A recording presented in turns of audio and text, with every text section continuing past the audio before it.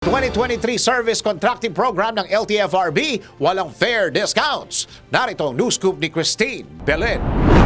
Walang discount ang mga commuter sa ilalim ng 2023 Service Contracting Program ng LTFRB. Ito ang kinumpirma ni LTFRB Technical Division Chief Joel Bolano at sinabing maaari lamang garantiyahan ng 699 million pesos program ang availability ng Public Utility Vehicles o PUV sa buong araw. Paliwanag pa ni Chief Bolano, base sa atas ng Commission on Audit, kailangan nababantayan ng ahensya ang kada diskwento at mahirap itong gawin sa mga traditional jeepney.